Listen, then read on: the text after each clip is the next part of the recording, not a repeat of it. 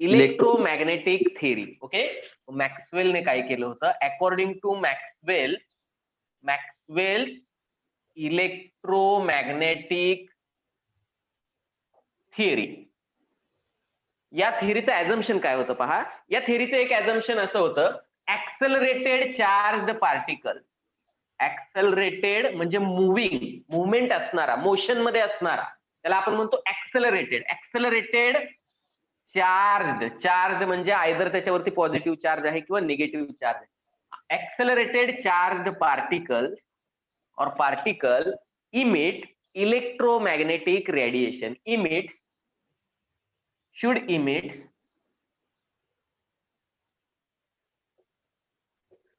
emit electromagnetic radiation. Electromagnetic radiation म्हणजे waves असणार आहेत रेडिएशनच्या. जसं की सन काय करतो, सन पासून आपल्यापर्यंत रे ऑफ लाईट येतात. सन पासून आपल्यापर्यंत रे ऑफ लाईट येतात, त्या इलेक्ट्रोमॅग्नेटिक रेडिएशनच्या फॉर्म मध्ये येतात. आणि आपल्याला माहित आहे सनलाइट म्हणजे काय आहे. सनलाइट हा एनर्जीचा सोर्स आहे. सनलाइट हा काय आहे, सोर्स ऑफ एनर्जीचा सोर्स आहे. हे तर बरोबर आहे. सनलाइट काय आहे, एनर्जीचा सोर्स आहे. ओके, मग तो सनलाइट जे रे ऑफ लाईट आहेत हे आपल्यापर्यंत पोहोचतात, त्याचा फॉर्म असतो इलेक्ट्रोमॅग्नेटिक रेडिएशन. त्याचा फॉर्म काय असतो, इलेक्ट्रोमॅग्नेटिक रेडिएशनच्या फॉर्म मध्ये ते आपल्यापर्यंत पोहोचतात. ओके, मग इलेक्ट्रोमॅग्नेटिक रेडिएशन म्हणजेच काय आहे, इलेक्ट्रोमॅग्नेटिक रेडिएशन हे रेडिएशनला एक एनर्जी आहे. या रेडिएशनला काय आहे, एनर्जी आहे. जो कोणता पार्टिकल, कोणताही पार्टिकल असेल, एक्स नावाचा पार्टिकल आहे, याच्यावरती काहीतरी चार्ज आहे, मायनस असेल, प्लस असेल, निगेटिव्ह असेल, पॉझिटिव्ह असेल. तर या पार्टिकलनं जर पार्टिकल, चार्ज पार्टिकल जर मोशन मध्ये असेल, मुवमेंट मध्ये असेल, तर हा काय करणार आहे, इलेक्ट्रोमॅग्नेटिक रेडिएशन म्हणजेच काय इमिट करणार आहे, एनर्जी इमिट करणार आहे. हे पॉस्ट्युलेट होतं मॅक्सवेलचं. आणि मॅक्सवेलच्या इलेक्ट्रोमॅग्नेटिक थेअरीमध्ये मॅक्सवेल या सायंटिस्टने हे काय केलं आहे, प्रूव्ह केलं आहे. ओके, मग आपण पाहत होतो रुदरफोर्ड ॲटॉमिक मॉडेल. मग रुदरफोर्ड ॲटॉमिक मॉडेल काय होतं, सेंटरला न्यूक्लियस आहे, सराउंडिंग ऑर्बिट मध्ये काय आहेत, सराउंडिंग ऑर्बिट मध्ये इलेक्ट्रॉन काय होत आहेत, रिव्हॉल्व होत आहेत. सराउंडिंग ऑर्बिट मध्ये इलेक्ट्रॉन रिव्हॉल्व होत आहेत. इलेक्ट्रॉन रिव्हॉल्व होत आहेत म्हणजे काय, इलेक्ट्रॉन वरती काय आहे, इलेक्ट्रॉन वरती निगेटिव्ह चार्ज आहे. ओके, तो electron carries single negative charge, बरोबर का. इलेक्ट्रॉन वरती निगेटिव्ह चार्ज आहे म्हणजे इलेक्ट्रॉन काय झाला, इलेक्ट्रॉन हा चार्ज पार्टिकल झाला. इलेक्ट्रॉन काय झाला, चार्ज पार्टिकल झाला. इलेक्ट्रॉन, रुदरफोर्डने काय सांगितलं, इलेक्ट्रॉन हे कंटिन्युअस आणि फास्ट मोशन मध्ये आहेत, फास्ट रिव्हॉल्व होत आहेत न्यूक्लियसच्या अराउंड. येते लक्षात. रुदरफोर्डने सांगितलं की ऍटमच्या स्ट्रक्चर मध्ये सेंटरला पॉझिटिव्हली चार्ज हेवी न्यूक्लियस आहे आणि सराउंडिंगला निगेटिव्हली चार्ज इलेक्ट्रॉन आहेत की जे त्याच्या ऑर्बिटमध्ये काय होत आहेत, फास्टली मुवमेंट दाखवतायत about the nucleus. Fastly orbit करतायत म्हणजे फिरतायत त्याच्या भोवती, रिव्हॉल्व होत आहेत. ओके, चार्ज पार्टिकल आहे इलेक्ट्रॉन, म्हणजे ऍक्सलरेटेड आहे तो, म्हणजे त्याला मोशन आहे, ते फिरतायत म्हणजे हा पार्टिकल ऍक्सलरेटेड आहे. Means according to Maxwell's electromagnetic theory और अकॉर्डिंग टू मॅक्सवेल, इलेक्ट्रॉनने काय केलं पाहिजे, इलेक्ट्रोमॅग्नेटिक रेडिएशन इमिट केल्या पाहिजे, बरोबर की नाही. इलेक्ट्रोमॅग्नेटिक रेडिएशन इमिट करतोय म्हणजेच इन अदर टर्म्स और अदर वर्ड तो काय इमिट करतोय, एनर्जी इमिट करतोय. मग आता पहा, हा इलेक्ट्रॉन आहे आपला इलेक्ट्रॉन आहे, एकच इलेक्ट्रॉन कन्सिडर करतोय आपण, हा इलेक्ट्रॉन आहे. तर सध्या हा कसा आहे, मोशन मध्ये आहे. आणि जर हा चार्ज पार्टिकल मोशन मध्ये आहे म्हणजे ऍक्सलरेटेड चार्ज पार्टिकल आहे, चार्ज पार्टिकल इन मोशन, हा फिरत असताना हा काय करेल, एनर्जी म्हणजेच इलेक्ट्रोमॅग्नेटिक रेडिएशन काय करेल, इमिट करेल, रिलीज करेल. आता साधी सोपी गोष्ट आहे, मी जर माझ्यामधली एनर्जी इमिट करतोय, रिलीज करतोय, तर माझी स्वतःची एनर्जी काय होणार आहे, कमी होणार आहे. बरोबर की चूक, बरोबर ना, इट इज राईट. माझी एनर्जी कमी होणार आहे. सेम जर इलेक्ट्रॉन रेडिएशन इमिट करतोय तर इलेक्ट्रॉनची एनर्जी काय होणार आहे, इलेक्ट्रॉनची एनर्जी कमी होणार आहे. आता एनर्जी कमी झाल्यानंतर काय होतं, याच्यासाठी एक्झाम्पल दिलं होतं, पेंडुलम, झोका खेळतो आपण. ओके, एनर्जी देतो पहिल्यांदा, झोका खूप दूर आहे, थोड्या वेळानंतर तुम्ही फोर्स द्यायचं बंद केलं तर एनर्जी काय होते, विथ रेजिस्टन्स म्हणजे अपोज होतो त्याला एअरचा आणि त्याची काय होत, मोशन स्लो डाऊन होते, बरोबर की नाही? स्लोवर डाऊन होते त्याची, तिथं एनर्जी रिलीज झाल्यामुळं काय झालेलं आहे, स्पीड कमी झालेलं आहे. तर याचं पण काय व्हायला पाहिजे, याचं पण काय व्हायला पाहिजे, याचा पण स्पीड स्पीड किंवा ही कमी. पण मोशन काय व्हायला, कमी व्हायला पाहिजे. आता काय होतंय पहा, सेंटरला जर सन आहे, सेंटरला जर अर्थ त्याच्या भोवती काय होते, अर्थ त्याच्या भोवती रिव्हॉल्व होते. असं जर एक एक्झाम्पल घेतलं, सनच्या भोवती अर्थ रिव्हॉल्व, तर याच्यामधलं फोर्स ऑफ अट्रॅक्शन आहे ग्रॅव्हिटेशनल फोर्स ऑफ अट्रॅक्शन, बरोबर की नाही? मग ग्रॅव्हिटेशनल फोर्स ऑफ अट्रॅक्शन मुळे आपली अर्थ सन मध्ये जाऊन का नाही पडत, अट्रॅक्शन मुळे? तर अर्थला काय आहे, अर्थला अँग्युलर मोमेंटम आहे. अर्थ टोटल रिव्हॉल्विंग आहे पाथ मध्ये, तिला मोशन आहे, अँग्युलर मोमेंट आहे, की जे काय करतं, तिला त्याच्या ऑर्बिट मध्ये कॉन्स्टंट ठेवतं, त्याच्या ऑर्बिट मध्ये ठेवतं, सन कडे येत नाही. मग हे जे फोर्स ऑफ अट्रॅक्शन आहे यावरती ओव्हरकम होण्यासाठी इथं कोणतं फोर्स आहे, इथं अँग्युलर मोमेंटम. सेम आता जर एनर्जी कमी पडते इलेक्ट्रॉन मध्ये का होता, तर त्याला अँग्युलर मोमेंटम होता, okay.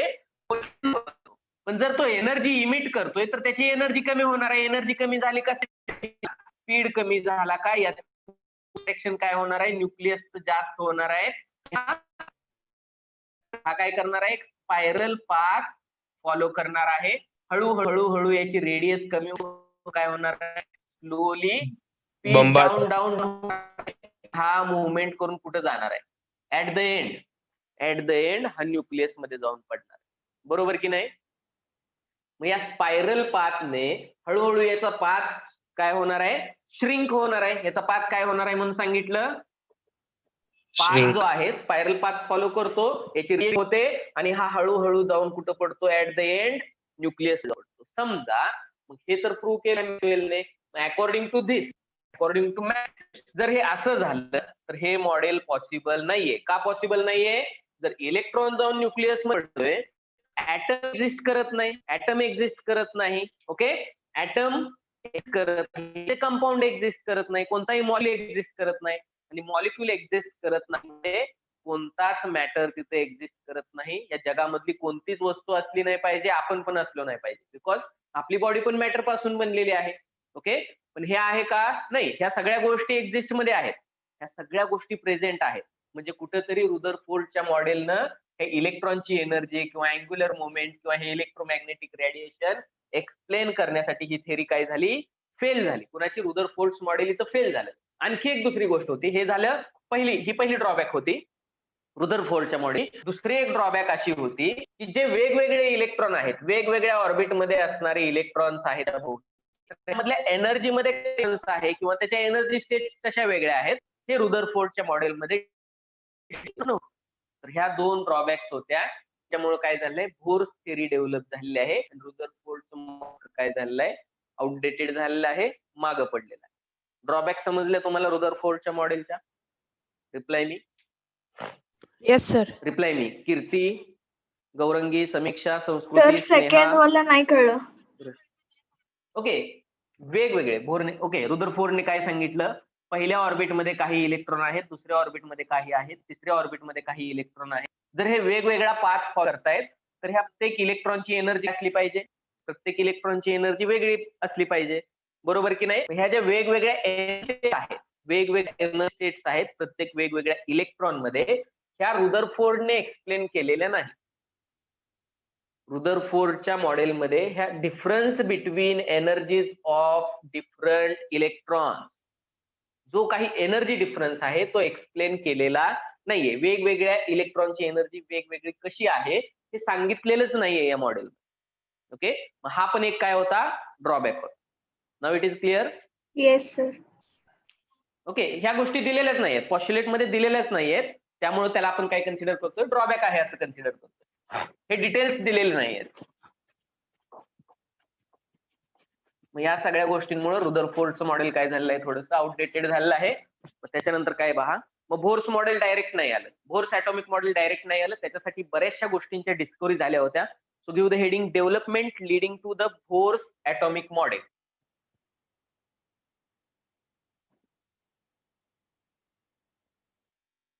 Development leading to the Bohr's atomic model. Bohr's atomic model develop होण्यासाठी कोणत्या गोष्टींची डेव्हलपमेंट तिथं झाली होती किंवा कोणत्या गोष्टींच्या डिस्कव्हरीमुळं बोर्स मॉडेल थोडस येणं इझी झालेलं आहे. ओके, तर काही रिझल्ट भेटले होते. इंट्रॅक्शन ऑफ रेडिएशन किंवा तुम्ही त्याला लाईट म्हणू शकता.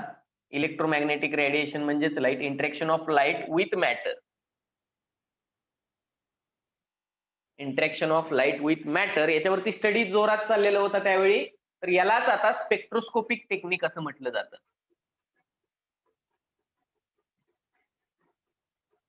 स्पेक्ट्रोस्कोपी असं म्हटलं जातं या गोष्टीला. त्यावेळी स्टडी चालू होता लाईटची म्हणजेच इलेक्ट्रोमॅग्नेटिक रेडिएशनची आणि मॅटरची इंटरॅक्शन कशी होते एखाद्या मॅटर वरती, कंपाऊंड वरती की ज्याच्यामध्ये ऍटम्स, आयन्स, मॉलिक्युल्स प्रेझेंट आहेत, त्याच्या सराउंडिंग शेल मध्ये इलेक्ट्रॉन्स रिव्हॉल्व्ह होत आहेत. तर याच्यावरती लाईट पडल्यानंतर किंवा इलेक्ट्रोमॅग्नेटिक रेडिएशन्स पडल्यानंतर इलेक्ट्रोमॅग्नेटिक रेडिएशन्स आणि मॅटर ह्याची इंटरॅक्शन कशी होते. तर याला आता आपण काय म्हणत असतो, स्पेक्ट्रोस्कोपी असं म्हणत असतो. तर या गोष्टींचा रिसर्च त्यावेळी काय होता, रिसर्च जो आहे तो फार रनिंग मोड मध्ये होता. ओके, मग याच्यातल्या ज्या काही डिस्कव्हरी झाल्या त्याने थोडस ही जी डेव्हलपमेंट झाली आहे त्याने बोर्स मॉडेलला हेल्प केलेली आहे. त्याच्यामुळेच बोर्स मॉडेल काय होऊ शकलं, डेव्हलप होऊ शकलं. त्याच्यामध्ये दोन गोष्टी होत्या main. Wave particle duality of electromagnetic radiation. Wave particle दोन गोष्टी होत्या. वेव्ह नेचर आहे की पार्टिकल नेचर आहे.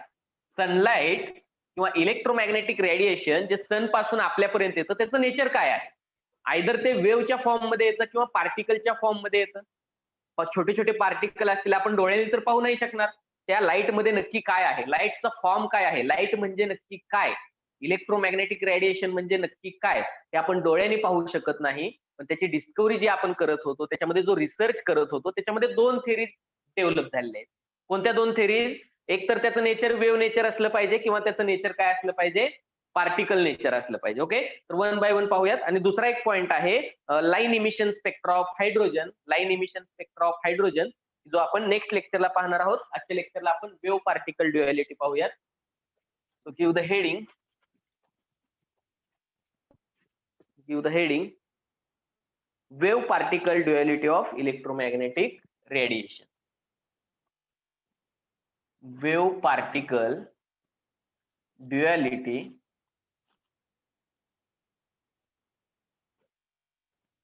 of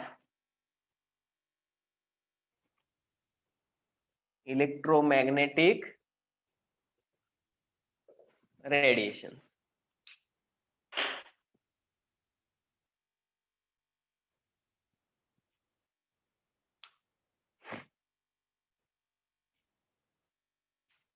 दिले हेडिंग. येस. ओके, पहा वेव्ह काय असते. पहिल्यांदा वेव्ह काय असते आणि पार्टिकल काय असतो. जसा इलेक्ट्रॉन आहे, प्रोटॉन आहे, न्यूट्रॉन आहे, हे काय आहेत, छोटे छोटे पार्टिकल आहेत. आणि वेव्हचं नेचर कसं असतं, वेव्हचं नेचर कसं असतं तुम्ही सांगू शकता. वेव्हचं नेचर कसं असेल, वेव्हचं नेचर सांगू शकता. ही काय आहे, what is this, this is wavelength. Okay, wave आहे. ओके, स्क्रीन क्लिअर आहे का, स्क्रीन क्लिअर आहे. सर थोडंसं ब्लर आहे. थोडं ब्लर आहे. माझं क्लिअर आहे सर. ओके, पहा वेव्ह तर माहिती आहे तुम्हाला, बरोबर की नाही. आता वेव्ह कशा तयार होतात पहा. जर तुम्ही एखाद्या तलावामध्ये, विहिरीमध्ये, पाण्यामध्ये एक दगड टाकला, विहिरीमध्ये पाण्यामध्ये काय टाकला, दगड टाकला, तर काय होतं, जिथं तुम्ही दगड किंवा खडा टाकलेला आहे त्याच्या भोवती बरोबर काय होतं, सर्कल तयार होतो, वेव्ह तयार होते. आणि ती वेव्ह काय होते, कंटिन्युअसली एंड पर्यंत काय होते, ती वेव्ह प्रोपोगेट होते. म्हणजे वेव्ह रन होते. ओके, मुवमेंट दाखवते आणि एकामागून एक वेव्ह काय होत जातात, वेव्ह अप अँड डाऊन येत जातात. त्याला आपण वेव्ह म्हणतो. This is the development of wave. Okay, म्हणजे सन पासून येणारी वेव्ह आहे, आयदर ती सन पासून येणारे जे रेज आहेत, लाईट आहे, इलेक्ट्रोमॅग्नेटिक रेडिएशन आहे, ते वेव्हच्या फॉर्म मध्ये असेल किंवा ते पार्टिकलच्या फॉर्म मध्ये असेल. मग लाईट वरती काही गोष्टी डिस्कव्हर झाल्या होत्या. फॉर एक्झाम्पल पहा, इंटरफरन्स. मला सांगा, हे झाले का तुम्हाला फिजिक्स मध्ये इंटरफरन्स. चॅप्टर आहे तुम्हाला इंटरफरन्स अँड डिफ्रॅक्शन. झालंय? नाही झाले सर. ठीक आहे. थोडक्यात सांगतो मी तुम्हाला. हे डिटेलमध्ये शिकायचं आहे फिजिक्स मध्ये. इंटरफरन्स लाईटची प्रॉपर्टी आहे. डिफ्रॅक्शन ही एक लाईटची प्रॉपर्टी आहे. ब्लॅक बॉडी रेडिएशन ही एक लाईटची प्रॉपर्टी आहे. फोटो इलेक्ट्रिक इफेक्ट, या सगळ्या गोष्टी तुम्हाला फिजिक्स मध्ये होणार आहेत. हा सगळा आहे स्टडी ऑफ लाईट. ओके, थोडक्यात सांगतो मी तुम्हाला. इंटरफरन्स आणि डिफ्रॅक्शन म्हणजे काय. ओके, तर इंटरफरन्स म्हणजे काय होतं पहा. दोन वेगवेगळ्या वेव्ह आहेत. दोन वेगवेगळ्या काय आहेत, वेव्ह आहेत. बरोबर का. या दोन वेव्ह, समजा एक वेव्ह ए आहे आणि एक वेव्ह बी आहे. समजतंय का. पहा, जिथं समजत नाही तिथं लगेच विचारा मला. ओके, एक वेव्ह ए आहे, एक वेव्ह बी आहे. हे डिटेल मध्ये होणार आहे. मी फक्त सोप्या भाषेमध्ये 3-4 सेंटेन्स मध्ये तुम्हाला हे समजून सांगतोय. ओके, वेव्ह ए आहे, वेव्ह बी आहे. ओके, या दोन्ही वेव्ह जर एकमेकांमध्ये मिक्स झाल्या, या दोन वेव्ह जर एकमेकांमध्ये मिक्स झाल्या. ओके, त्याच्या अगोदर मला सांगा, हा जो अप्पर पोर्शन आहे, अप्पर पीक आहे, याला आपण काय म्हणत असतो वेव्हचा. एम्प्लिट्यूड. क्रेस्ट म्हणतो. क्रेस्ट म्हणतो. काय सांगितलं पहा, फक्त अप्पर पोर्शन, अप्पर पीक किंवा हायेस्ट पॉइंट याला आपण क्रेस्ट म्हणतो. अँप्लिट्यूड कशाला म्हणतो, मीन पासूनचं डिस्टन्स. ओके, तर डिस्टन्स हा वर्ड मी यूज केलेला नाहीये. डिस्टन्स जर तुम्ही घेतलं तर ते अँप्लिट्यूड असते. ओके, याला क्रेस्ट म्हणतो. आणि जो सगळ्यात लोअर पीक आहे, सगळ्यात लोअर साइड असेल, त्याला आपण काय म्हणतो, ट्रफ म्हणतो. ठीक आहे, या दोन कन्सेप्ट तुमच्या क्लिअर आहेत, क्रेस्ट आणि ट्रफ. जर या दोन वेव्ह इंटरमिक्स झाल्या, एकमेकांमध्ये काय झाले, मिक्स झाले. ओके, तर पॉसिबिलिटीज काय आहे बघा. पॉसिबिलिटीज काय आहे, या मिक्स झाल्यानंतर ए वेव्हचा क्रेस्ट आणि बी वेव्हचा क्रेस्ट एकमेकांच्या वरती येऊ शकतात. बरोबर की नाही. ए वेव्हचा क्रेस्ट आणि बी वेव्हचा क्रेस्ट एकमेकांवरती येऊ शकतात. त्यावेळी हा पॅटर्न काय होतो बघा, त्याचा अँप्लिट्यूडची ऍडिशन होते. एचं अँप्लिट्यूड किती आहे, एचं अँप्लिट्यूड, बी वेव्हचं अँप्लिट्यूड किती आहे, या दोन्हीची ऍडिशन होते आणि एक मोठा पीक मिळतो. दुसरी पॉसिबिलिटी आहे, याचा ट्रफ आणि बीचा ट्रफ हे जर एकमेकांवरती आले तर याचा ट्रफ पण काय होतो, दोन्ही ऍडिशन होते. म्हणजे ते पण अँप्लिट्यूडच आहे, निगेटिव्ह अँप्लिट्यूड आहे. तर याची काय होते, ऍडिशन होते आणि पीक आपल्याला मोठा मिळतो. पॉसिबिलिटी आहे, क्रेस्ट आणि बीचा ट्रफ या दोन गोष्टी जर एकमेकांच्या वर झाल्या, तर गोष्टी एकमेकांना मॅच झाल्या, तर याचा अँप्लिट्यूड आणि याचा अँप्लिट्यूड परत जर तुम्ही याची ऍडिशन केली तर हे एकमेकांना काय होतंय, कॅन्सल होतंय एकमेकांना. जर ते सेम असेल तर कॅन्सल होतंय, जर ते सेम नसेल तर मिनिमम तुम्हाला काय मिळेल, मिनिमम क्रेस्ट मिळेल. आणि जर ते इक्वल असतील तर पूर्ण तिथं काय मिळणार आहे, झिरो वेव्ह मिळणार आहे. डार्कनेस असेल म्हणजे हा पॉइंट तुम्हाला. यस, सबस्ट्रॅक्ट करायचंय सर. यस, सबस्ट्रॅक्ट करायचं का, तर हे निगेटिव्ह साईडला आहे. मीन पोझिशनच्या अप्पर साईडला पॉझिटिव्ह एंडला आहे, हे निगेटिव्ह एंडला आहे, तर हे सबस्ट्रॅक्ट होईल. हे जर सबस्ट्रॅक्ट केलं तुम्ही, हे जर इक्वल आहेत तर हे झिरोच होणार आहे, म्हणजे सरळ लाईन मिळणार आहे तुम्हाला. किंवा हा मोठा आहे, हा त्याच्यापेक्षा थोडा छोटा आहे, तर एक छोटासा पीक मिळेल तुम्हाला तिथं. म्हणजे इथं काय झालेलं आहे पहा, इथं वेव्ह एकमेकाला कॅन्सल झालेले. इथं या कंडिशनला काय झाले, या फेजला वेव्ह डबल झालेले आहे, एनहान्स झालेले आहे.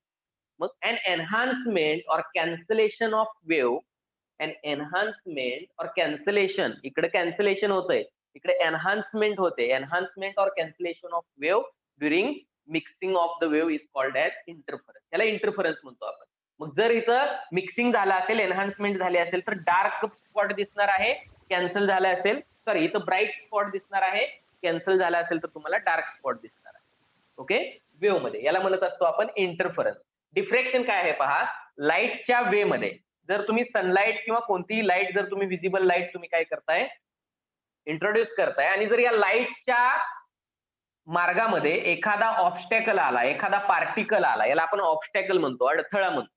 ओके, तर असा एखादा पार्टिकल आला तर या पार्टिकल पासून लाईट काय होते, लाईटचे जे वेव्ह आहे ही बेंड होते, वेव्ह काय होते, बेंड होते. किंवा तुम्ही असं एक्झाम्पल केलं, एक बल्ब घ्या, ठीक आहे, एक बल्ब घ्या, बल्ब पण लाईट काय होईल, इमिट होईल. एक स्लिट पुढे पकडा आणि त्याला एक छोटी ओपनिंग किंवा स्मॉल अपर्चर असलं पाहिजे, ओपनिंग असली पाहिजे. ओके, पूर्ण अंधार करा रूम मध्ये, एका बॉक्स, पूर्ण पॅक असलेल्या बॉक्स मध्ये बल्ब ठेवा हा सोर्स ऑफ लाईट आहे आणि त्याला फक्त एक छोटस छिद्र ठेवा, छोटी ओपनिंग ठेवा, स्मॉल अपर्चर ठेवा.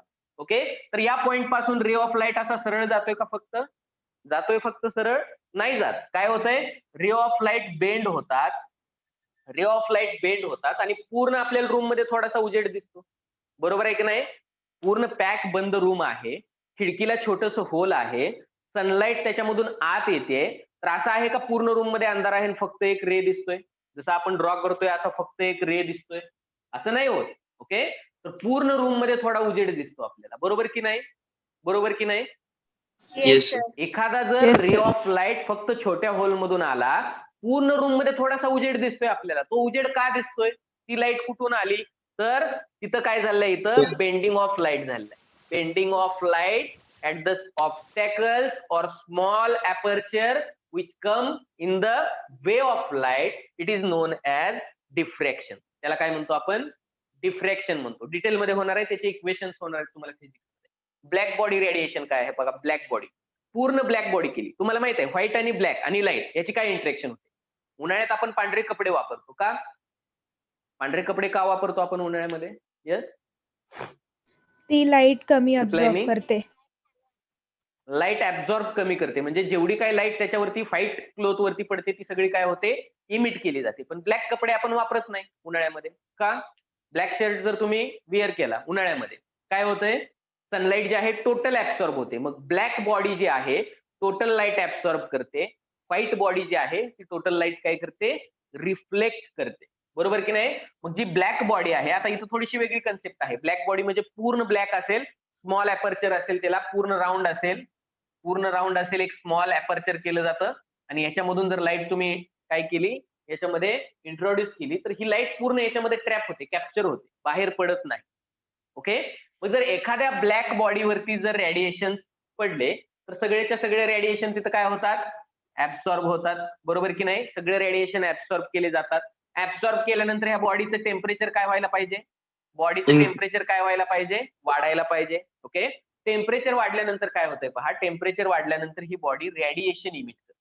ही बॉडी काय करते? जसं इलेक्ट्रॉन करत होता तसं ही बॉडी काय करते? इलेक्ट्रोमॅग्नेटिक रेडिएशन इमिट करते.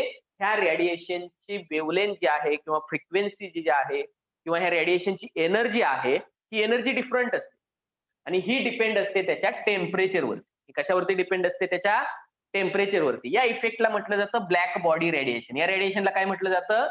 Black body radiation. It is clear? It is clear? सोप्या 3-4 वाक्यामध्ये मी सांगितलेलं आहे. हे पूर्ण मोठे मोठे पॉइंट आपण शिकणार आहोत. It is clear for now? Yes Yes. Yes sir. Neha, it is clear. Okay, photo electric effect काय आहे पहा. एखाद्या मॅटरच्या सरफेस वरती, आता मॅटर आहे म्हणजे त्याच्यामध्ये ऍटम्स, आयन्स, मॉलिक्युल्स आहेत. बरोबर की नाही? मग त्याच्यामध्ये इलेक्ट्रॉन्स पण आहेत. समजा मी ब्लॅक कलरने या मॅटर मधले इलेक्ट्रॉन दाखवतोय, त्या डॉटने मी या मॅटर मधले इलेक्ट्रॉन दाखवतोय. याच्यामध्ये ऍटम्स पण असतील, आयन्स असतील, मॉलिक्युल्स असतील, काही असेल. ठीक आहे, तर याच्यावरती जर रे ऑफ लाईट इन्सिडेंट झाले, रे ऑफ लाईट इन्सिडेंट होत आहेत म्हणजेच काय इन्सिडेंट होत आहे? Electromagnetic radiation. म्हणजेच काय? रे ऑफ लाईट म्हणजे इलेक्ट्रोमॅग्नेटिक रेडिएशन. तर याच्यामधले इलेक्ट्रॉन जे आहेत, याच्यामधले इलेक्ट्रॉन जे आहेत हे काय होतात? सरफेस सोडून ट्रॅव्हल करतात, मोशन मध्ये येतात, त्याची मुवमेंट होते. या सरफेस मधून इलेक्ट्रॉन आउट होतात. कशामुळे? फक्त इलेक्ट्रोमॅग्नेटिक रेडिएशन याच्यावरती इन्सिडेंट झाल्यामुळे. का तर याच्यामध्ये एनर्जी आहे. तर या इफेक्टला म्हटलं जातं फोटो इलेक्ट्रिक इफेक्ट. या इलेक्ट्रला काय म्हटलं जातं? किंवा दुसरी गोष्ट पहा, सोलार वरती आपण काय करतो? सोलार वरती इलेक्ट्रिसिटी प्रोड्यूस करतो. चार्जिंगच्या जर आपल्याकडे बॅटरीज असतील तर काय होतात? सोलार एनर्जीवरती, सोलार पॅनल वरती आपण चार्जिंग करतो. सोलार पॉवर वरती आपण वॉटर हिटिंग साठी युज करतो त्याचा. सोलार पॉवर आपण कुक करण्यासाठी युज करतो. बरोबर की नाही? तर सनची लाईट आहे ही पडल्यानंतर इलेक्ट्रॉन मुवमेंट होते. त्या मॅटर मध्ये electron movement of electricity, movement of electron wire कशाचा फ्लो असतो? It is a flow of electron. Electricity कशाला म्हणतो आपण? Electricity flow of electron. म्हणजे इलेक्ट्रॉनची मुवमेंट होते तर ती इलेक्ट्रिक करंट आहे तो. ओके, आणि त्याच्यापासून आपण काय करतो? एनर्जी तयार करतो, इलेक्ट्रिकल एनर्जी तयार करतो. ओके, रे ऑफ लाईट वापर, याला म्हणत असतो आपण फोटो इलेक्ट्रिक इफेक्ट. जे सोलार पॅनल मध्ये असतो फोटो इलेक्ट्रिक इफेक्ट. ओके, हा पण पाहायचा आहे आपल्याला डिटेलमध्ये. ओके, मग अशा काही गोष्टी होत्या की ज्याची डिस्कव्हरी झालेली होती. पण लाईटचं नेचर कसं आहे, मेन क्वेश्चन काय आहे आपला, मेन क्वेश्चन काय आहे, लाईटचं नेचर कसं आहे, सनलाईटचं नेचर कसं आहे, जी लाईट सन पासून अर्थ पर्यंत येते, आपल्यापर्यंत येते, किंवा त्याला आपण इलेक्ट्रोमॅग्नेटिक रेडिएशन म्हणतो. तर याचं नेचर कसं आहे फाइंड आउट करण्यासाठी पहा, तर इंटरफरन्स आणि डिफ्रॅक्शन जर एक्सप्लेन करायचं आहे, इंटरफरन्स आणि डिफ्रॅक्शन मला जर एक्सप्लेन करायचं आहे, तर इंटरफरन्स आणि डिफ्रॅक्शन हे फक्त कधी एक्सप्लेन होऊ शकतं, जर लाईटचं नेचर वेव्ह नेचर आहे, लाईट म्हणजे वेव्हच्या फॉर्म मध्ये आहे असं जर कन्सिडर केलं तरच ह्या दोन गोष्टी एक्सप्लेन होऊ शकतात. ओके, आणि ब्लॅक बॉडी रेडिएशन आणि फोटो इलेक्ट्रिक इफेक्ट आणि ब्लॅक बॉडी रेडिएशन ह्या दोन गोष्टी एक्सप्लेन करायच्या असतील तर मला असं कन्सिडर करावं लागेल की लाईटचं नेचर हे स्मॉल पार्टिकल असं आहे. लाईट मध्ये स्मॉल पार्टिकल्स आहेत. जर हे इलेक्ट्रॉनला बाहेर आउट करतायत तर ह्याच्यामध्ये एनर्जी असली पाहिजे. एनर्जी आहे म्हणजे ते काय आहेत, पार्टिकल आहेत.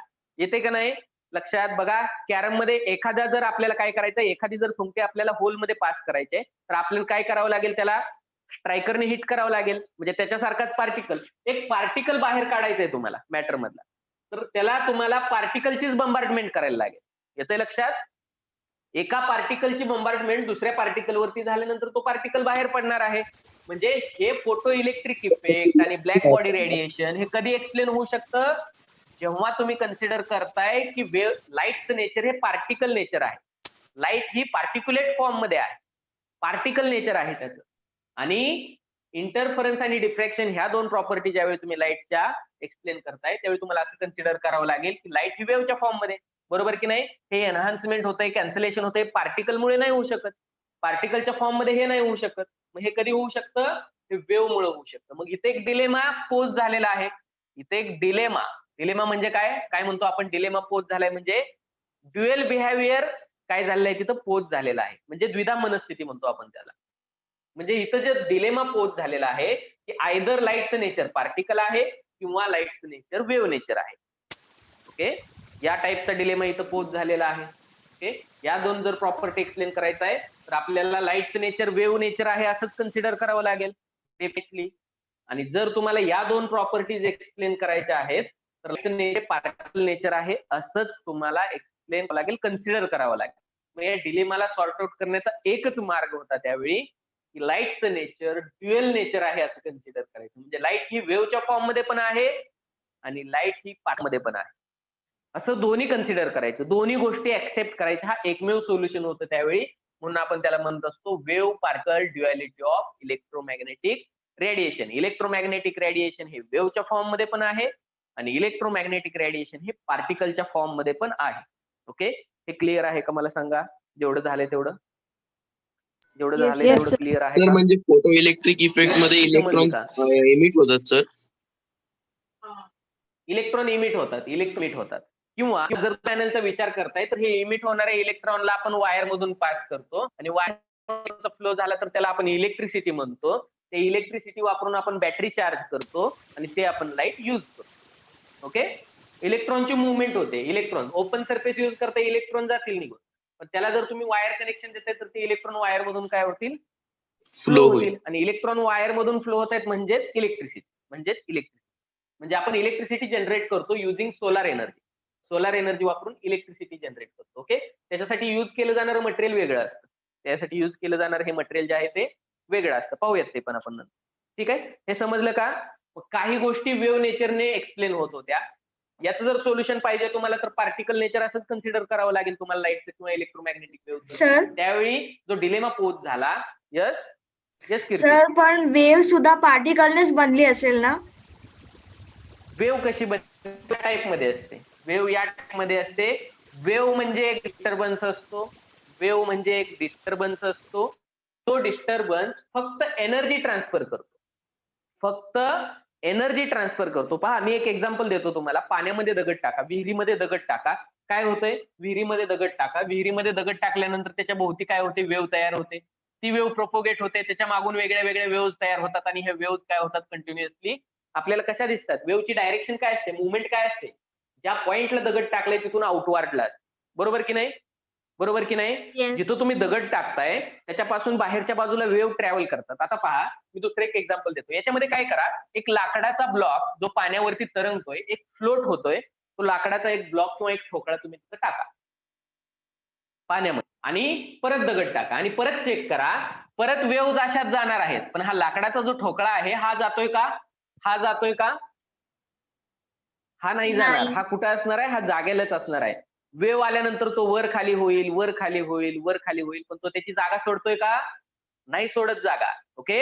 ज्यावेळी वेव्ह कन्सिडर करताय तुम्ही, वेव्ह कन्सिडर करताय, वेव्ह म्हणजे नक्की काय आहे? वेव्ह म्हणजे नक्की काय आहे? जो इथला पार्टिकल आहे हा वर खाली होणार आहे.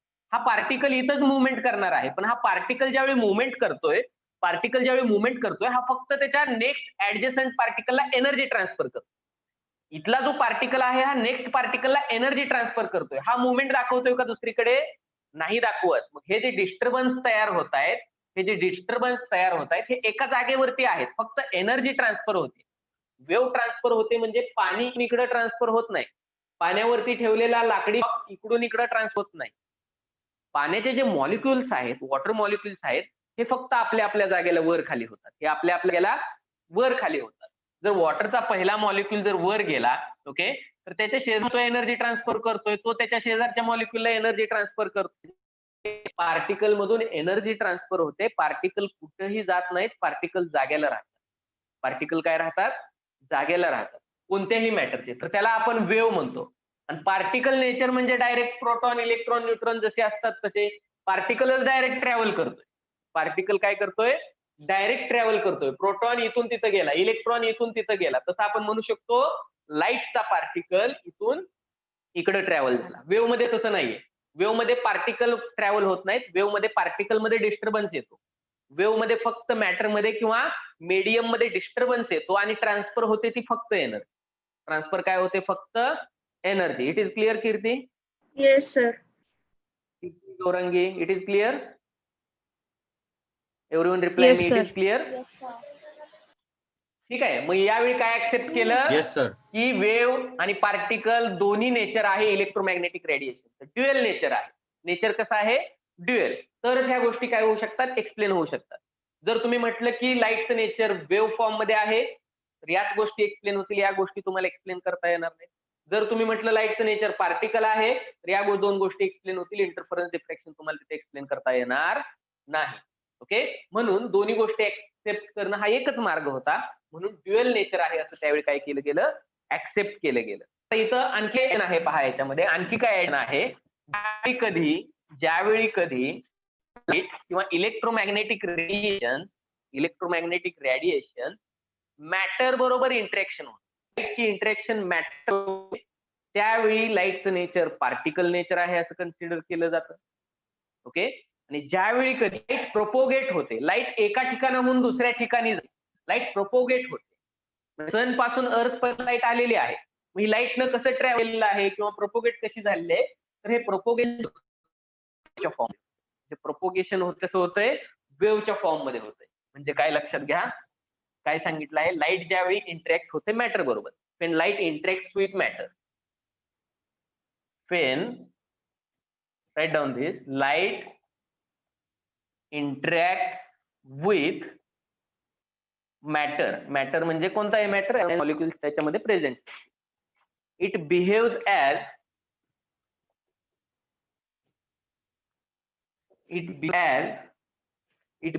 as a stream of particles.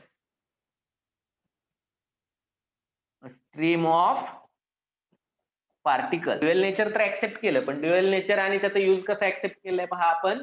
ज्यावेळी मॅटर बरोबर इंटरॅक्ट होते त्यावेळी आपण त्याला स्ट्रीम, पार्टिकलचा स्ट्रीम आहे, पार्टिकलचा प्रवाह आहे असं आपण कन्सिडर करणार. ओके. कॉल्ड फोटॉन्स, या पार्टिकलला नाव काय दिलं? Called photons. या स्मॉल पार्टिकलला फोटॉन असं म्हटलं जातं. Called photon. When light propagates, याला आपण फोटॉन्स म्हणणार.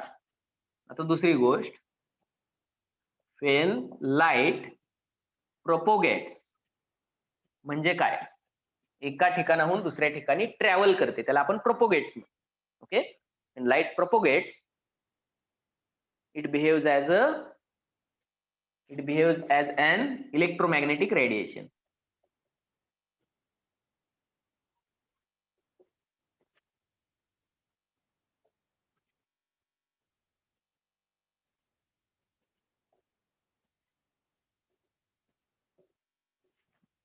It behaves as an electromagnetic radiation.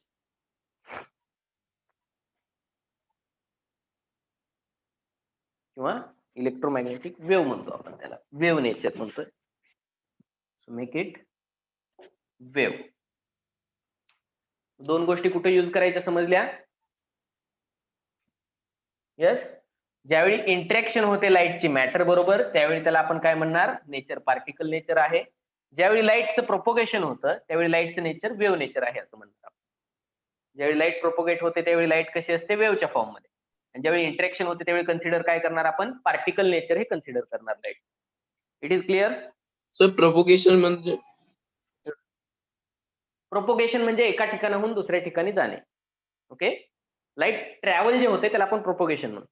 Propagation म्हणजे पुढे पुढे जाणे, ट्रॅव्हलिंग होणे. सन पासून अर्थ पर्यंत लाईट आली म्हणजे प्रोपोगेट झाली. सर त्याला इलेक्ट्रोमॅग्नेटिक वेव्ह का म्हटलंय? पाहूयात आपण. हे झालं का तुमचं? हे झालं का? ओके, इलेक्ट्रोमॅग्नेटिक का म्हणतात हे नाही झालं तुम्हाला 10th ला वगैरे? इलेक्ट्रोमॅग्नेटिक रिप्लाय मी नाही झाले 10th ला तुम्हाला न्यू सिलेबस मध्ये? झालंय सर. दोन वर्ड आहेत, दोन वर्ड आहेत. ठीक आहे, परत एकदा पहा. इलेक्ट्रोमॅग्नेटिक दोन वर्ड आहेत, बरोबर की नाही? इलेक्ट्रो आणि मॅग्नेटिक. एक असणार आहे इलेक्ट्रिकल नेचर, एक इलेक्ट्रिक नेचर असणार आहे, एक मॅग्नेटिक नेचर असणार आहे. जी वेव्ह असते ती ड्युअल फॉर्म मध्ये असते. पहा, जर समजा आपण हा जर दिला आहे आपण लाईन ऑफ प्रोपोगेशन, ती लाईन ऑफ प्रोपोगेशन आहे वेव्हची. व्हायब्रेशन्स असे असतील किंवा वेव्ह अशी असेल. ठीक आहे, ही वेव्ह असेल. ओके, तर याच्यामध्ये सिंगल व्हायब्रेशन नसतं किंवा सिंगल वेव्ह नसते. त्या वेव्हचं नेचर ड्युअल नेचर असतं. जी वेव्ह आहे ती परत ड्युअल असते. आता याला परपेंडिक्युलर हे व्हायब्रेशन कसे होत आहेत सांगा? हे व्हायब्रेशन कसे होत आहेत? हे व्हायब्रेशन या प्लेन मध्ये होत आहेत. या प्लेन मध्ये म्हणजे इथला पार्टिकल इथं जातो, हे व्हायब्रेशन असे होत आहेत. Up and down, up and down, up and down. Okay, तर याला परपेंडिक्युलर एक व्हायब्रेशन होतात. याला परपेंडिक्युलर काय असणार आहे? हे याला परपेंडिक्युलर असणार आहे. येते का लक्षात? कशाने दाखवतोय मी? मार्करने दाखवतोय. ही बाजू याला काय असणार आहे? परपेंडिक्युलर असणार आहे. जर या प्लेन मध्ये व्हायब्रेशन्स होत असतील, या प्लेन मध्ये पुढं माग, ओके, फ्रंट साइडला बॅक साइडला, हे जर व्हायब्रेशन होत असेल तर हे व्हायब्रेशन आणि हे व्हायब्रेशन हे एकमेकाला कसे आहेत? हे व्हायब्रेशन्स एकमेकाला कसे आहेत? परपेंडिक्युलर आहेत. तर पार्टिकलचे व्हायब्रेशन या प्लेन मध्ये पण होतात. पार्टिकलचे व्हायब्रेशन जे आहेत ते या प्लेन मध्ये पण होतात. या प्लेन मध्ये. ओके, कळेल का तुम्हाला? असं कळेल असं? दुसरी गोष्ट पहा, निडल जे आहे, सिलाई मशीनची जी निडल आहे ती वर खाली होत असते. सिलाई मशीनची जी निडल आहे ती कशी होत असते? वर खाली होत असते. ओके, तर ते एक प्लेन आहे. जर एखादं व्हायब्रेशन असं हॉरिझॉन्टल होत असेल तर आता हे दोन व्हायब्रेशन काय झाले? Up and down, up and Perpendicular. Down. हे दोन व्हायब्रेशन एकमेकाला डायरेक्शन काय झाली त्याची? परपेंडिक्युलर. तर असे दोन परपेंडिक्युलर व्हायब्रेशन्स असतात इलेक्ट्रोमॅग्नेटिक रेडिएशन मध्ये. एक कंपोनंट असतो इलेक्ट्रिक कंपोनंट, दुसरा कंपोनंट असतो मॅग्नेटिक कंपोनंट. एक कंपोनंट असतो इलेक्ट्रिक कंपोनंट, दुसरा कंपोनंट असतो मॅग्नेटिक कंपोनंट. आणि ह्या दोन गोष्टी एकमेकांना नेहमी परपेंडिक्युलर असतात. तुम्हाला फिजिक्स मध्ये इलेक्ट्रोमॅग्नेटिक फोर्स मध्ये किंवा जे काही आहेत मॅग्नेटिझम वगैरे त्याच्या परत डिटेल मध्ये आहेत त्याचे इक्वेशन वगैरे. तर जी काही लाईट येते आपल्याकडे, जी काही लाईट येते,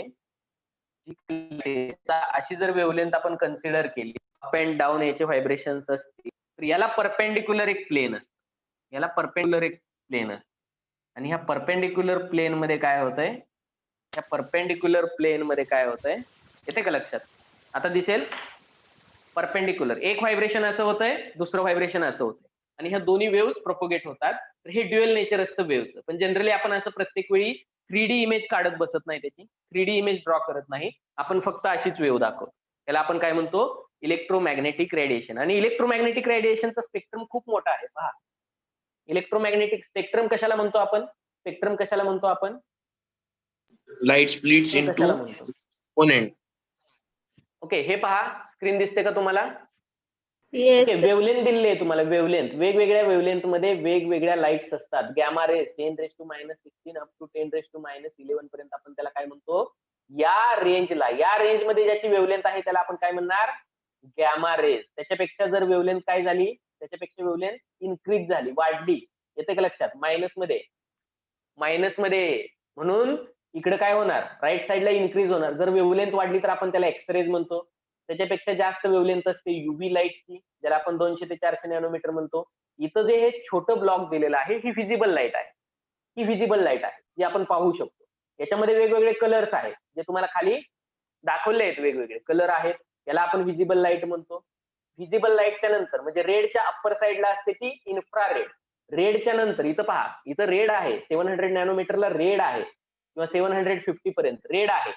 तर रेडच्या नंतर येणारी इन्फ्रारेड असते. रेडच्या नंतर येणारे जे वेव्हज आहेत त्याच्यापेक्षा जास्त वेव्हलेंथ असणारे त्याला इन्फ्रारेड म्हणतो. व्हायलेटच्या अगोदर येणाऱ्या म्हणजे कुठं, व्हायलेटच्या अगोदर येणाऱ्या त्याला अल्ट्रा व्हायलेट म्हणतो. अल्ट्रा व्हायलेट, व्हायलेटच्या अगोदर. इन्फ्रारेड, रेडच्या नंतर येणारे वेव्हलेंथ स्पेक्ट्रम मध्ये. त्याच्यानंतर इथं कुठेतरी असतात टेलिव्हिजन वेव्ह, जे आपण टेलिव्हिजन पाहतो त्याच्या वेव्ह या रेंजमध्ये असतात. त्याच्यानंतर असतात रेडिओ वेव्ह, ते त्याच्यापेक्षा मोठ्या असतात. वेव्हलेंथ ही त्याची काय असते, मोठी असते. 10⁻², 10⁻⁴, 10⁻�6 मीटर मध्ये एवढी मोठी याची काय असते, वेव्हलेंथ असते. तर वेव्हलेंथ वरती जे आपण कॅरेक्टरायझेशन किंवा क्लासिफिकेशन करतो वेव्हचं, त्याला म्हणत असतो आपण स्पेक्ट्रम. याला काय म्हणतो आपण, spectrum. Gamma rays, X ray, UV rays, visible rays, IR rays, television rays किंवा रेडिओ वेव्ह, याला आपण काय म्हणतो, स्पेक्ट्रम असं म्हणतो. याला काय म्हणणार आपण, स्पेक्ट्रम. यस सर, वेव्हलेंथ मोठी म्हणजे अँप्लिट्यूड मोठं का? वेव्हलेंथ मोठी म्हणजे काय तेच शिकायचं आहे आपल्याला. आता तेच सांगणार आहे, एक्सप्लेन करणार आहे मी. पहिल्यांदा सांगा, हा स्पेक्ट्रम पाहिलाय तुम्ही? Yes sir. स्क्रीनशॉट घेऊ शकता तुम्ही. हे बघा, वेव्हलेंथ मोठी म्हणजे काय, इकडे मोठी वेव्हलेंथ होत गेलेली आहे. वेव्हलेंथ मोठी म्हणजे 2 क्रेस्ट मधलं किंवा 2 ट्रफ मधलं जे डिस्टन्स असतं त्याला आपण काय म्हणतो, वेव्हलेंथ. इथं परत दिलेलं आहे पहा. घ्यायचे तुम्हाला स्क्रीनशॉट याचे किंवा गुगलवरती इमेजेस इझिली मिळतील. मध्ये हा स्पेक्ट्रम डिटेलमध्ये होईल. Okay okay, now give the heading. वेव्हलेंथच पाहायचं आहे आपल्याला. वेव्हचे सगळे पॅरामीटर पाहायचे आपल्याला.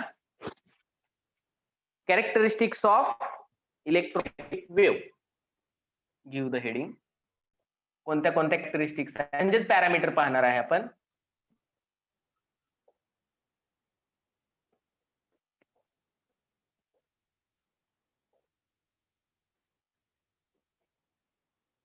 एका वेव्हला कोणते पॅरामीटर्स असतात पडेल पाहणार आहे. So first write down wavelength.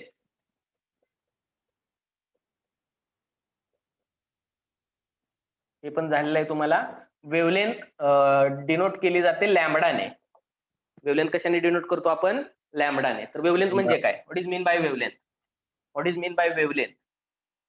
जर वेव्ह अशी असेल, दोन क्रेस्ट मधलं जे डिस्टन्स आहे, yes, distance between 2 successive crest किंवा distance between 2 successive trough is known as its wavelength. किंवा तुम्ही असंही म्हणू शकता, distance between 2 points at same amplitude वरती असणाऱ्या सक्सेसिव्ह 2 पॉइंटचं जे सेम फेजला आहेत अशा 2 पॉइंट मधलं डिस्टन्स. त्याच्यापेक्षा ही डेफिनेशन सोपी आहे, distance between 2 crest or difference between 2 troughs. याला आपण काय म्हणतो असतो, वेव्हलेंथ. म्हणजे सायकल कंप्लीट झालं. पहा, इथं हा पार्टिकल कुठं होता, या पोझिशनला होता. परत हा पार्टिकल खाली जाऊन त्याच्या ओरिजिनल पोझिशनला येईपर्यंत जेवढं डिस्टन्स ट्रॅव्हल केलेलं असतं त्याला आपण काय म्हणत असतो, परत ती फेज येण्यासाठी जेवढं डिस्टन्स ट्रॅव्हल करावं लागतं आपल्याला वेव्ह मधून, तर त्याला आपण म्हणणार आहे wavelength. Okay, the distance between 2 consecutive crest or 2 consecutive troughs is called as wavelength. Write down the definition. The distance between 2 consecutive crests or troughs is called wavelength of that wave. And wavelength is denoted by symbol lambda. Wavelength कशाने denote केली जाते, लॅम्बडाने. वेव्हलेंथचं unit काय असेल आता, distance आहे म्हणजे काय आहे, लेंथ आहे, बरोबर का? डिस्टन्स आहे मीटर. म्हणजे लेंथ, आणि लेंथचं एसआय युनिट काय असतं, तर वेव्हलेंथचं एसआय युनिट काय असेल, एसआय मीटर. स्मॉल एम ने आपण वेव्हलेंथ, पण जनरल वेव्हलेंथ इतकी मोठी नसते की मीटर मध्ये सांगावी, म्हणून आपण दुसरे युनिट यूज करू शकतो, जसं की नॅनोमीटर. बरोबर की नाही? नॅनोमीटर म्हणजेच काय, 1 नॅनोमीटर मीन्स 10⁻⁹ मीटर. हे झाले आपल्याला. आपण नॅनोमीटर मध्ये जर वेव्हलेंथ दिली आणि आपण जर कुठं फॉर्म्युलेमध्ये कॅल्क्युलेशन करतोय तर त्याचं कन्व्हर्जन करायचं मीटर मध्ये, त्याला 10⁻⁹ ने काय करायचं, मल्टिप्लाय करायचं. हा मल्टिप्लिकेशन फॅक्टर द्यायचा, त्याचं कन्व्हर्जन होऊन जाईल मीटर मध्ये. याला आपण काय म्हणणार, वेव्हलेंथ म्हणणार. It is clear? It is clear? Yes, sir. Okay, write down. Yes, sir. Second parameter, frequency, जी न्यू ने दाखवली जाते. लॅटिन सिम्बॉल आहे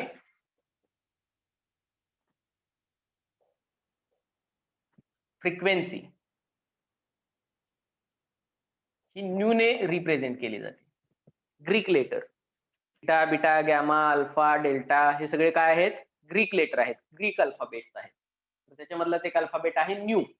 फी सारखा दिसतो, त्याला आपण न्यू म्हणतो. न्यू, NU असं त्याचं काय आहे, प्रोनाउन्सिएशन आहे. न्यू म्हणतो आपण. न्यू ने फ्रिक्वेन्सी दाखवली जाते. पहा आता मी एक्झाम्पल दिलं होतं, पाण्यामध्ये दगड टाकला तर वेव्स काय होत आहेत, कंटिन्युअसली वेव्स तिथून काय होत आहेत, ट्रॅव्हल होत आहेत. मग त्याच्यामध्ये जर तुम्ही एक पॉईंट असा कन्सिडर केला, मी म्हटलं होतं तुम्हाला लाकडी ब्लॉक टाका, जर तुम्ही लाकडाचा ठोकळा टाकताय तिथं, किंवा त्याच्यापेक्षा एक पॉईंट कन्सिडर करा आणि किती वेव्स तिथून पास होत आहेत, युनिट टाइम. युनिट टाइम मध्ये, आता युनिट टाइम जनरली कोणता टाइम घ्यायला पाहिजे आपण, टाइम जनरली सेकंद कन्सिडर करतो. मग 1 सेकंड टाइम मधून त्या पॉइंट मधून किती वेव्स बाहेर पडतायत, हे जर तुम्ही काउंट केले, त्याला आपण काय म्हणत असतो, फ्रिक्वेन्सी ऑफ वेव्ह. किंवा ही जी वेव्ह आहे, आता कंटिन्युअस वर खाली होणार आहे. ही वेव्ह अशीच राहणार आहे का कॉन्स्टंट? हे कॉन्स्टंट राहिलं का आपण याला वेव्ह नाही म्हणू शकत. वेव्ह कशाला म्हणतोय आपण, हे कंटिन्युअसली, हा पॉईंट परत खाली येतो, परत वर जातो, परत खाली येतो, खालचा आहे जातो, हे कंटिन्युअसली चेंज होत राहतं. याला आपण वेव्ह म्हणतो. हे कंटिन्युअस या मोशन मध्ये राहतं, खालचा पॉईंट परत वर जातो, वरचा पॉईंट परत खाली येतो, हे कंटिन्युअस अल्टरनेटिंग चालू असतं, तरच आपण त्याला वेव्ह म्हणतो. ओके, मग एका युनिट टाइम मध्ये कोणताही पॉईंट तुम्ही कन्सिडर करा. या वेव्ह वर समजा मी इथं एक पॉईंट कन्सिडर करतोय, ओके, तर याला आपण एक वेव्ह म्हणतो. जी वेव्हलेंथ आहे त्याला आपण सिंगल वेव्ह असं कन्सिडर करतो. म्हणजे पॉईंट जिथं होता तिथं ओरिजिनल पोझिशनला परत आला म्हणजे सिंगल वेव्ह झाली. तर ही जी वेव्हलेंथ आहे, एखाद्या पॉईंट मधून एका सेकंदामध्ये किती वेळा ही वेव्हलेंथ पास होते, किंवा किती वेळा हा पॉईंट खाली जाऊन परत ओरिजिनल पोझिशनला येतो, त्याला आपण त्याची काय म्हणत असतो, फ्रिक्वेन्सी म्हणत असतो. The number of waves that pass through a given point, the number of waves that pass through a given point in unit time or in 1 second, it is called as frequency. Write down the definition of frequency. The number of waves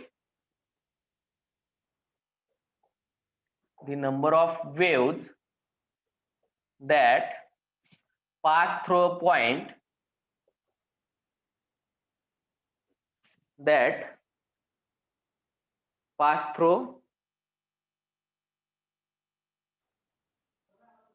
a given point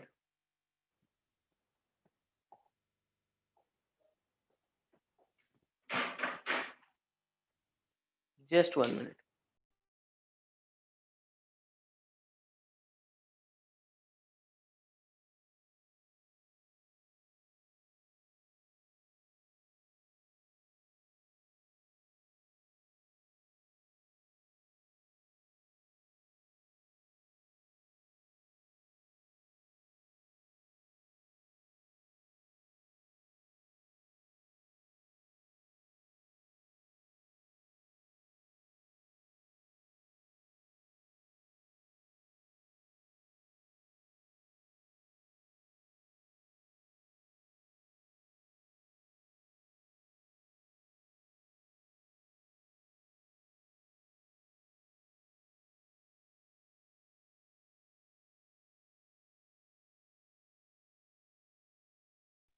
Sorry for the disturbance. काय सांगितलं, the number of waves that pass through a given point, the number of waves that pass through a given point in 1 second. In 1 second. It is called frequency of that particular wave. It is called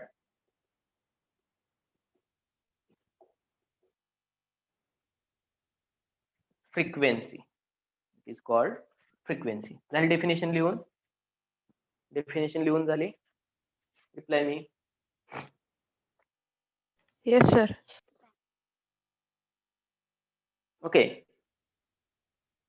It is represented sir. by symbol. It is represented by symbol nu. Pronunciation काय आहे? Nu. It is represented by symbol nu, which is a Greek letter. Its SI unit or unit of frequency is hertz. Hertz is the name of scientist. hertz या unit मध्ये काय केली जाते? hertz या unit मध्ये frequency express केली जाते, ज्याचा शॉर्ट फॉर्म आहे HZ. HZ हा शॉर्ट फॉर्म आपण काय करतो? यूज करतो. ओके, तर हर्ट्ज म्हणजेच काय असणार आहे? एका सेकंदामधून किती पास होते? Per unit time, per unit second म्हणजे पर सेकंद. 1 अपॉन सेकंद म्हणजेच 1 अपॉन टाइम, 1 अपॉन सेकंद म्हणजे त्याची डायमेन्शन काय झाली? 1 अपॉन टाइम म्हणजेच per second. Time rest time inverse. Time inverse म्हणजेच टाइमचे युनिट सेकंद आहे म्हणून per second. Second inverse. Sir, the unit of frequency. Yes. sir, we have a biology class now. किती Yes, वाजता? sir. 11. Okay okay, will stop this session. तुम्ही join करा. Late झालं होतं थोडस आपलं. Yes, sir. No problem. आपण पाहूयात. आणखी आपल्याला वेव्ह नंबर आणि अँप्लिट्यूड पाहायचं आहे, तर ते आपण नेक्स्ट लेक्चरला पाहूयात. हे पण रिवाइज करूया. Bye, thank you sir. To all. Have a Bye, nice sir. Day. Bye bye. Bye, sir. Thank you, sir.